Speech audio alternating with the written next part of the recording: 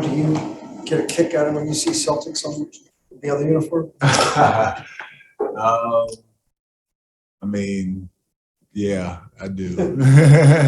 It's like growing up, that was it. Like my dad was a Celtic and he was on a bunch of other teams, but yeah, he was a Celtic. I have a jersey in my upstairs area with him and his, with his Celtics jersey and autographed and stuff. And he wouldn't want it any other way.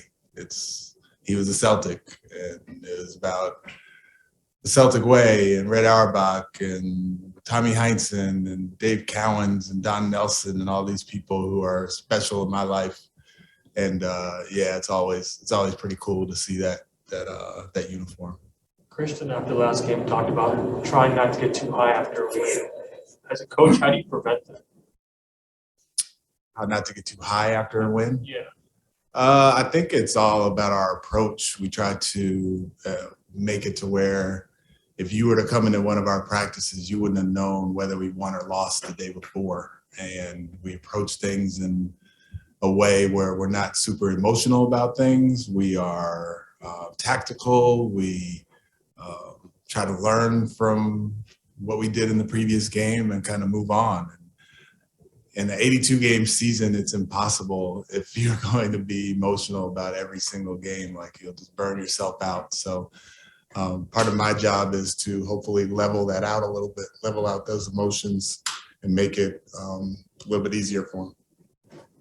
Coach, after the first game, you didn't want anyone to overreact. And in that first game, Tate struggled, but he came back and bounced back in a huge way. There's a lot of focus on players like Christian and KPJ and Jalen. Is it safe to say that Jae'Sean could be somewhat of an X factor for this team in what he brings? Yeah, it's definitely safe to say that. I mean, he brings a little bit of everything, and oftentimes it's what we need at the time. So last game is his energy and his rebounding, but also his scoring. He had a double-double.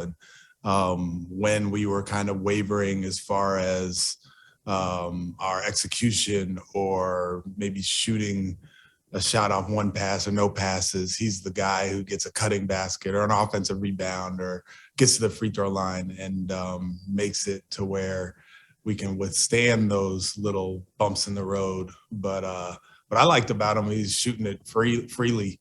His first shot right in front of our bench was no hesitation. And then the other three that he shot, no hesitation. So that's important for him. That's important for our group. But yeah, he just has a knack of giving us what we need. How have you thought that LP has kind of handled the responsibility defensively when he's the only big on the floor? He's done a really good job. He's done a very good job. He has been early in his pick and roll calls, and the terminology is different than he's probably ever had before. So him being early in those calls is important as far as our reaction into the ball and then our protection behind the ball. But then his one-on-one defense has been more than solid. When we've had switches, he's been able to contain the ball and force mid-range jumpers in the post. He fights down there. Towns he struggled a little bit against, but there aren't that many guys like that in the league that he's going to have to fight down in the post and make it hard on him. So as far as his defense, he's been good. He's been good. Is that kind of like a way to challenge him, especially early on, to put him in that spot where he has to be the guy who calls out everything? Yeah, I mean, that's a challenge of every big to make those calls and to get us organized, because they're the ones behind everything and can see everything as it's coming and as it happens. So yeah, that's a challenge for him, but that's a challenge for all of our bigs. And then the more guys that we have communicating on the floor, the more organized we'll be.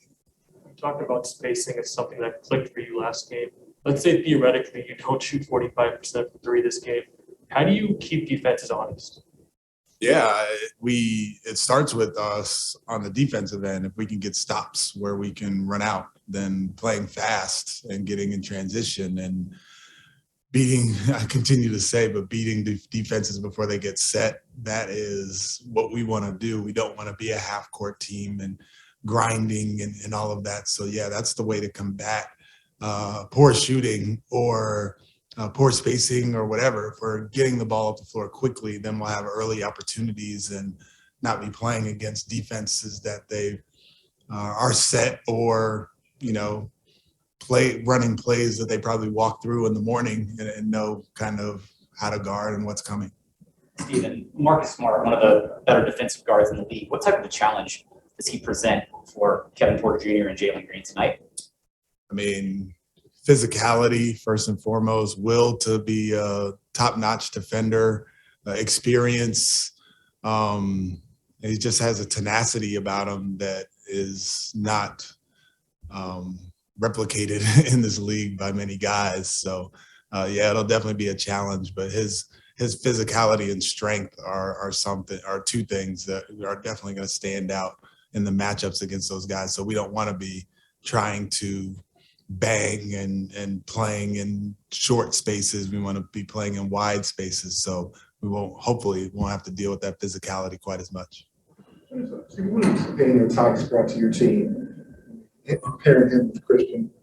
Yeah, I mean, he's brought so much. He's brought someone who can defend at many levels, whether it's in the post guarding Karl Anthony Towns, whether it's switching onto perimeter players, whether it is getting us organized with his talk and his one thing that I've been talking a lot about is we have a lot of guys on our teams who are on our team who haven't seen a bunch of different situations, and he's seen a lot of situations. So having someone out there who has seen, oh, I know what's coming, that goes a long way with our group, especially with the person who's doing the most communicating. So he's brought a bunch on the defensive end, and then on the offensive end, he has a knack for being around the hoop and sealing and that kind of thing. And he also can shoot the ball, and I'm encouraging him to shoot more and more because he has a good shot and he works on it a lot. And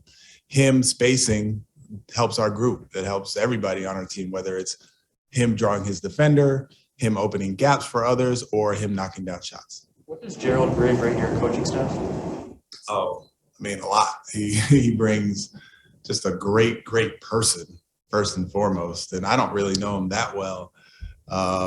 We spent some time last year together, and then I hadn't really been in contact with him until just a few days ago. But he's like one of the most genuine people you could ever meet. So having someone with that positivity, with that experience, with that